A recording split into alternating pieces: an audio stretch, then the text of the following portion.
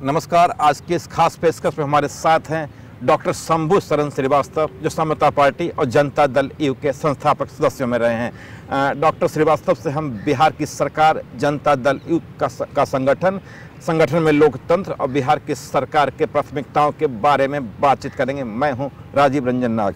Doctor Shambhu शरण श्रीवास्तव, आप Janata Dal you और समता पार्टी के संस्थापकों में रहे हैं। जनता दल यू आज बिहार में किस तरह से काम कर रहा है और जिन उद्देश्यों को लेकर इस पार्टी का गठन किया गया था, वो उद्देश्य यह पार्टी कितनी पूरी कर पा रही है? देखिए, मूल उद्देश्य इस पार्टी का, जो पहले समता पार्टी के नाम से और बाद में जनता दल यू के नाम से मर्जर के बाद हो गई, मूल उद्देश्य था बिहार में कुशासन का अंत करना और बिहार में पिछड़ेपन के जिम्मेदार जितने भी तत्व थे उनको हटाना, और इसके लिए एक लोकतांत्रिक पार्टी का निर्माण करना। ये जो शुरू में जून 1994 में जब गठन हुआ था, जो पहले जनता दल जॉर्ज था, फिर समता पार्टी बनी, फिर जनता दल यू बना, ये था। लेकिन सत्ता में आने के बाद पार्टी के अंदर और बाहर स्वाभाविक तौर पर लोकतंत्र समाप्त हो गया और जनता से जो हम लोगों ने वादे किए थे मूलभूत बदलाव लाने के, वो वादे भी नहीं पूरे कर पाए। और इससे हमारे जैसे लोग जो संस्थापक सदस्यों में थे, जिनकी कोई और महत्वाकांक्षा नहीं थी, सिर्फ बिहार की स्थिति को लेकर के चिंतित थे, उनको बहुत परेशानी और निराशा हुई है। हम सत्ता में बदलाव नहीं चाहते थे, हम व्यवस्था में बदलाव चाहते थे। हमको कोई फर्क नहीं पड़ता है कि लालू जी सत्ता में रहे कि नीतीश जी सत्ता में रहे। मीन्स आप ये कह रहे हैं कि दोनों में कोई फर्क नहीं है? देखिए, पहले तो मैं मानता था कि फर्क था, लेकिन जब सत्ता में मैंने खुद नीतीश जी का चरित्र देखा तो मैंने देखा कि मौलिक तौर पे दोनों में कोई फर्क नहीं है, सिर्फ स्टाइल का फर्क है। लालू जी का स्टाइल देखिए, दोनों निजी सत्ता भोग में विश्वास करते हैं और उतना ही दूर तक जनता का काम करते हैं जितना देर तक वोट बटोर सके। इससे ज्यादा कोई दृष्टि नहीं है। नहीं, लेकिन एक जो आम धारणा ये है कि नीतीश कुमार की पार्टी और खुद नीतीश कुमार खासा लोकतांत्रिक हैं, खासा डेमोक्रेट हैं और सारे फैसले लोकतांत्रिक तरीके से लेते हैं। आपको एक बात बताओ, हर एक पार्टी, कांग्रेस पार्टी को तो कहा जाता है परिवारवाद पे आधारित है, और लालू जी की पार्टी को भी माना जाता है कि भाई परिवारवाद पे आधारित है। वहाँ भी एक चीज़ होती है पार्लियामेंट्री बोर्ड। अगर आपको जनता दल यू का संविधान देखें, इसके पहले समता पार्टी का संविधान देखें, तो पार्लियामेंट्री बोर्ड तय करती है एमएलए का टिकट, एमपी का टिकट। आपको पता है, जनता दल यू आज के दिन एकमात्र पार्टी है जहां संसदीय बोर्ड का गठन ही नहीं हुआ। तो फिर ये जो जितने टिकट के फैसले होते हैं जी, वो सारे सिर्फ नीतीश जी करते हैं और शरद जी उस पर मोहर लगाते हैं। मीन्स आप ये कह रहे हैं कि शरद यादव रबर स्टैंप है और सारी पार्टी नीतीश कुमार के आसपास घूमती है? देखिए, मैं इस शब्द का प्रयोग नहीं करता हूं, लेकिन शरद जी की अपनी मजबूरी है, उनको बिहार से एमपी होना है, इसलिए वो नीतीश जी पर निर्भर है, इसलिए नीतीश जी कहते हैं वो मान जाते हैं। बीते 6 सालों के बिहार की नीतीश सरकार का जो काम करने का तरीका रहा, जो विकास के जो उन्होंने वायदे किए थे, वह वायदे किस हद तक पूरे किए? देखिए, दिखावा बहुत हुआ, मीडिया का प्रचार भी बहुत हुआ। ये मैं कुछ मूल चीजों की तरफ इशारा करना चाहूंगा। बिहार की सबसे बड़ी समस्या क्या है? पलायन। 1/4 लोग बिहार के बाहर चले गए। दुनिया के इतिहास में याद रखिएगा राजीव जी, शांति काल में, युद्धों में हुआ है, इतनी बड़ी संख्या में एक स्थान से दूसरे स्थानों पर इतना बड़ा पलायन नहीं हुआ है दुनिया के इतिहास में, शांति काल में। और इसकी मूल वजह है गरीबी और बेरोजगारी। बिहार अकेला राज्य है जहां 10% शहरीकरण है। ये दोनों आंकड़े जो मैंने दिए आपको, ये लालू जी के समय भी थे और 7 सालों के तथाकथित सुशासन के बाद, नीतीश जी के भी 7 सालों के शासन के बाद यही स्थिति है। लेकिन जो कहा जा रहा था ये कि बिहार में आम लोगों का जीवन स्तर ऊंचा बढ़ा है, सुधार उसमें आया है, और फिर यह कि ऐसा इसलिए हुआ क्योंकि वहाँ कानून व्यवस्था बिल्कुल ठीक हो गई है। कानून व्यवस्था छोड़िए, ठीक कुछ नहीं हुआ है, अराजकता आज भी है। एक चीज इन्होंने लालू जी से सीखी है। लालू जी ने बिहार का विकास नहीं किया, लेकिन लोकतंत्र के साथ छेड़छाड़ नहीं किया था। मैं ही पार्टी का प्रवक्ता था और रोज सरकार के खिलाफ बोलता था और रोज अखबारों में छपता था और प्रथम न्यूज होता था, हेडलाइन होता था, और नीतीश जी बोलते थे वो भी हेडलाइन होता था। आज के दिन ये संभव है? इन्होंने सबक ले लिया कि जो काम लालू जी नहीं कर पाए, लोकतंत्र को दबा देने का, पूरी तरह से मीडिया को दबा देने का, वो काम इन्होंने किया। और उसकी वजह है कुछ, उसकी वजह यह है कि हर भ्रष्ट सरकार, दुनिया के इतिहास में उदाहरण देख लीजिए, हर भ्रष्ट सरकार राजीव जी पहला काम करती है कि मीडिया पर अंकुश लगाती है, क्योंकि मीडिया सरकार की गलत नीतियों को उजागर करता है, सरकार के अंदर के भ्रष्टाचार को उजागर करता है। और मीडिया को ही कंट्रोल कर लो तो एक छवि बना लो, अपना आभा मंडल क्रिएट कर लो कि विकास हो रहा है, विकास हो रहा है, सिवा सड़क के कोई काम नहीं हुआ है। और आपको मैं बता दूं, सड़क की कहानी भी ये है, दो चीज। सड़क में सीधे सीधे 50% लूट हो जाती है। तो हर वो काम हो रहा है जिसमें कोई टेक्नोलॉजी नहीं है। बिजली के काम में तत्काल भ्रष्टाचार की गुंजाइश नहीं है। 5 साल 6 साल आज काम शुरू करेंगे, 5 साल में बिजली आएगी, नहीं तो खरीदना पड़ेगा। अपनी बिजली की बात मैं कर रहा हूँ। नहीं, बट ये जो बातें आती है कि लालू यादव के टाइम में जो एनुअल आउटले था वो बहुत कम था, आज उससे कम 7 गुना अधिक है।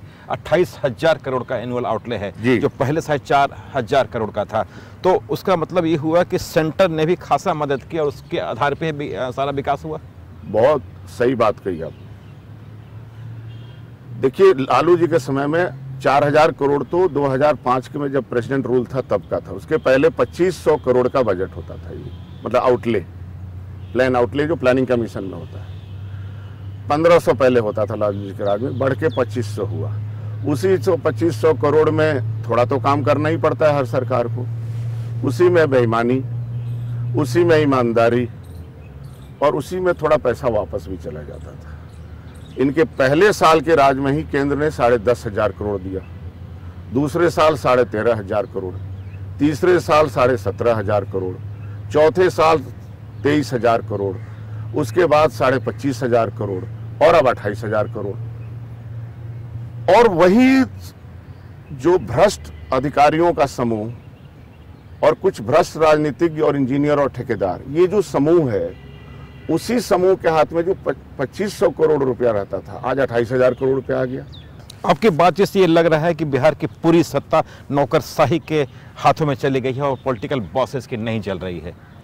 ऐसा है कि नौकरशाही भी पूरी तरह से कहना उचित नहीं होगा। भ्रष्टाचार को संस्थागत रूप दे दिया गया है, तो कार्यपालिका बर्बाद हो गई है। ऑनेस्ट लोग चुप बैठे हैं और भ्रष्ट अधिकारी माल बना रहे हैं। और जो मैंने सिंगल विंडो की चर्चा की, राजीव जी माफ कीजिएगा, बिहार में एक ही सिंगल विंडो है और पटना के एक ही घर में खुलता है और किसी जगह सिंगल विंडो। उस घर का एड्रेस क्या है? अब एड्रेस छोड़ दीजिए, बिहार की जनता जानती है।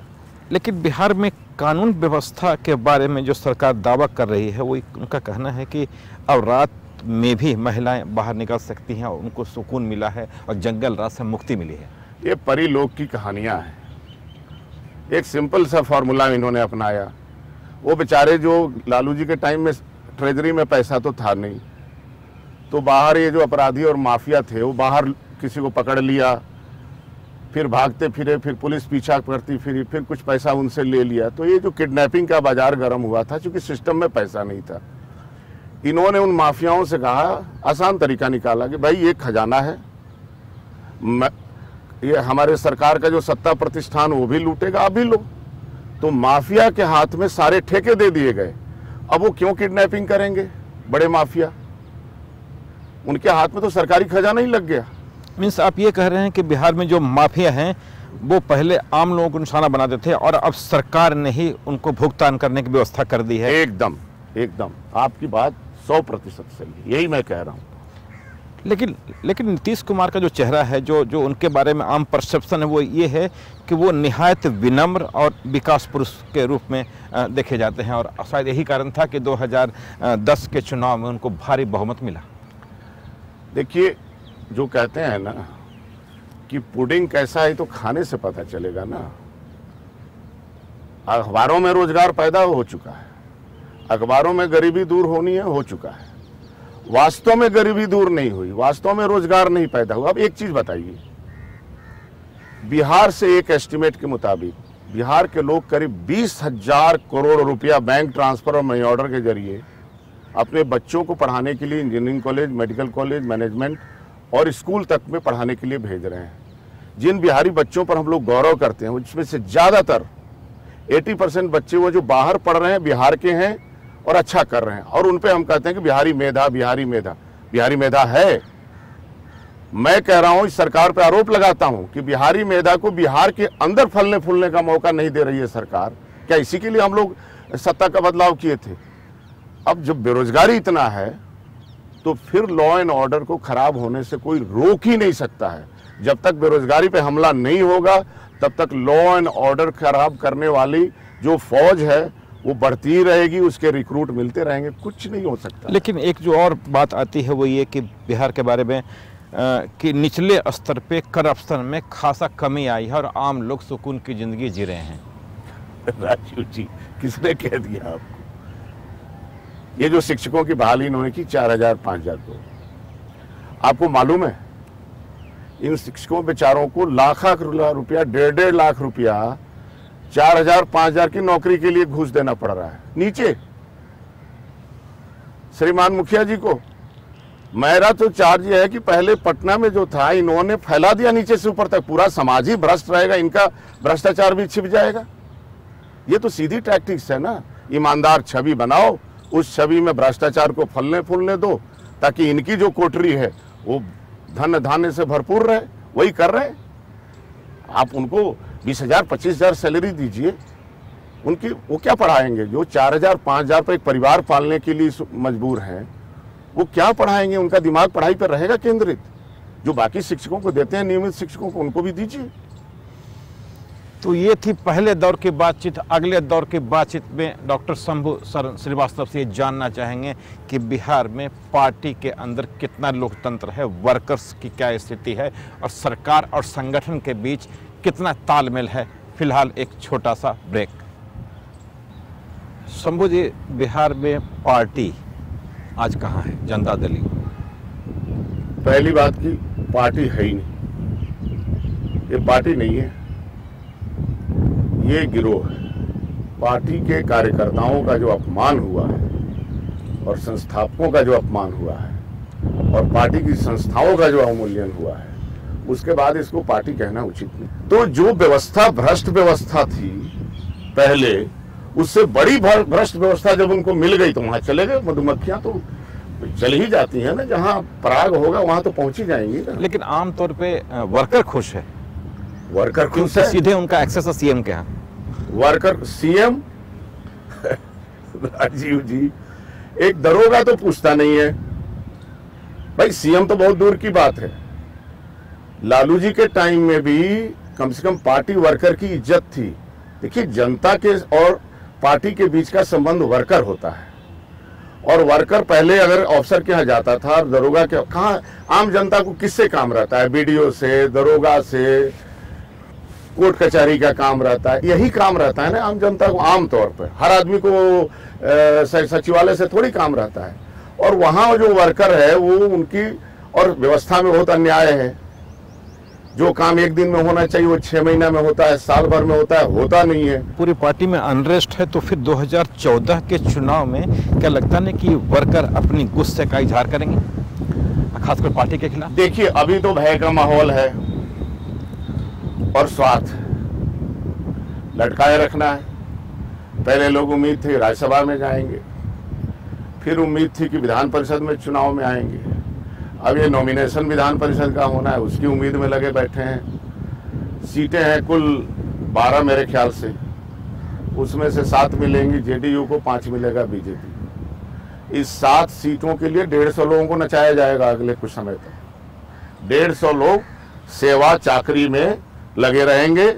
उसमें पार्टी के भी लोग होंगे, बाहर के भी लोग होंगे, कुछ पत्रकार बंधु भी होंगे और कुछ और समाज सेवी लोग होंगे। ये सब लोगों को इनकी सेवा में लगाए रखेंगे वो 7 सीटों के लिए।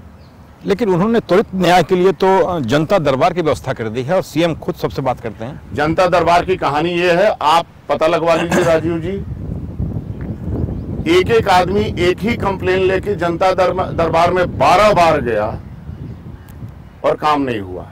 हालत दूसरी है, जिस मसले को आप जनता दरबार में ले जाइए उसका नीचे घूस का रेट बढ़ जाता है कि आप गए थे ना जनता दरबार में, क्या हुआ।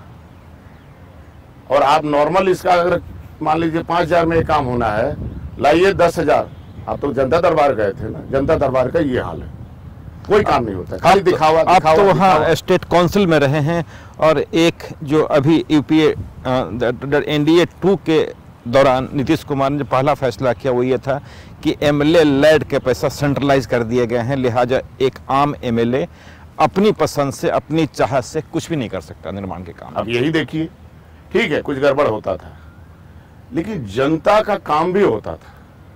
और मैं इतना कह सकता हूं कि एमएलए और एमएलसी के फंड से जो काम होता था या एमपी के फंड से जो काम होता था, कुछ अपवादों को छोड़ दीजिए, लेकिन सरकार का जो काम होता था उससे वो अच्छा होता था। इसके बावजूद कि उसमें इधर उधर थोड़ा होता था, मुझे पता है। अब आपने वो पैसा उनके हाथ से छीन लिया। अब जनता अपने प्रतिनिधियों के पास जाए कि भाई हमें सड़क बनवा दीजिए, हमें पुल पुलिया बनवा दीजिए, हमारे यहाँ सोलर लाइट लगा दीजिए, बिजली तो है नहीं। अब ये काम वो कर नहीं सकते, उनके पास तो अधिकार है नहीं, सारा अधिकार केंद्रीकृत कर लिया। और आपको पता है, सुनिए, वो खर्च नहीं हुआ, वो पैसा आया, पैसा सैंक्शन हुआ और हुआ कि सरकार खर्च करेगी, सरकार नहीं खर्च कर पाई उसको, तो बेकार चला गया ना। तो ऐसे स्थिति में एमएलए चुप कैसे है? आप सोच लीजिए खुद ही कि जब भय का माहौल हो जाता है और स्वार्थ हावी रहता है तो नेचुरली एमएलए एमएलसी आज के दिन जितना भी घुटन महसूस कर रहे हैं, बोल नहीं पा रहे। लेकिन नीतीश जी गलतफहमी में है। जब ऐसी चीजें ना फूटती हैं तो ज्वालामुखी की तरह फूटती है और वो फूटेगा। मैं आज के दिन भविष्यवाणी कर रहा हूं कि वो ज्वालामुखी फूटना ही है। आपका इशारा ये है कि 2014